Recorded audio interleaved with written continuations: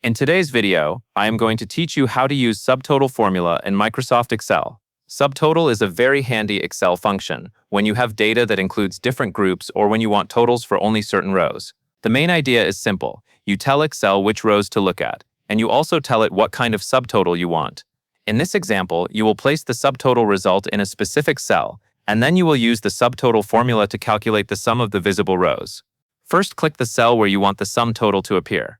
In the instructions for this lesson, you should click cell B7. Take a moment to make sure you are selecting the correct cell, because the formula you enter will display its result in whatever cell you choose now.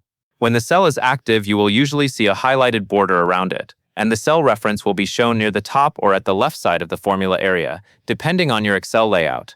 This step matters because it sets the destination for the subtotal calculation.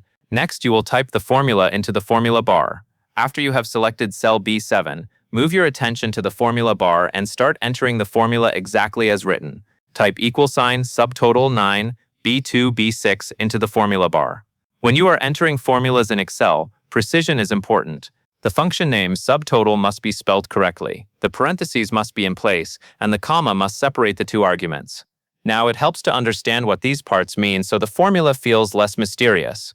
The first part, 9, tells Excel what type of subtotal calculation to perform. In this case, 9 corresponds to summing the values, but specifically in a way that respects filtering and visibility. The second part, B2, B6, is the range of cells Excel should check. That range is where your numbers are located, from cell B2 through cell B6. Because this is a subtotal function, Excel will consider the visible rows within that range, not necessarily every row regardless of what is hidden. After you type the formula, the next step is to press Enter. Go ahead and press Enter on your keyboard.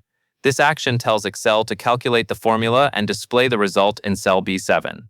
Once you press Enter, you should see the total appear right away. If your worksheet includes hidden or filtered rows, the number you see will reflect only the rows that are currently visible within the range B2 through B6.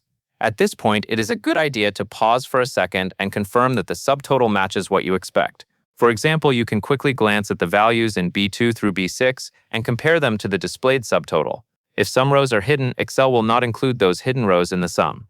This is one of the main reasons people use subtotal, rather than a regular sum function, because subtotal is designed to work smoothly with filtered or grouped views, and that is all there is to it. That covers everything you need to know.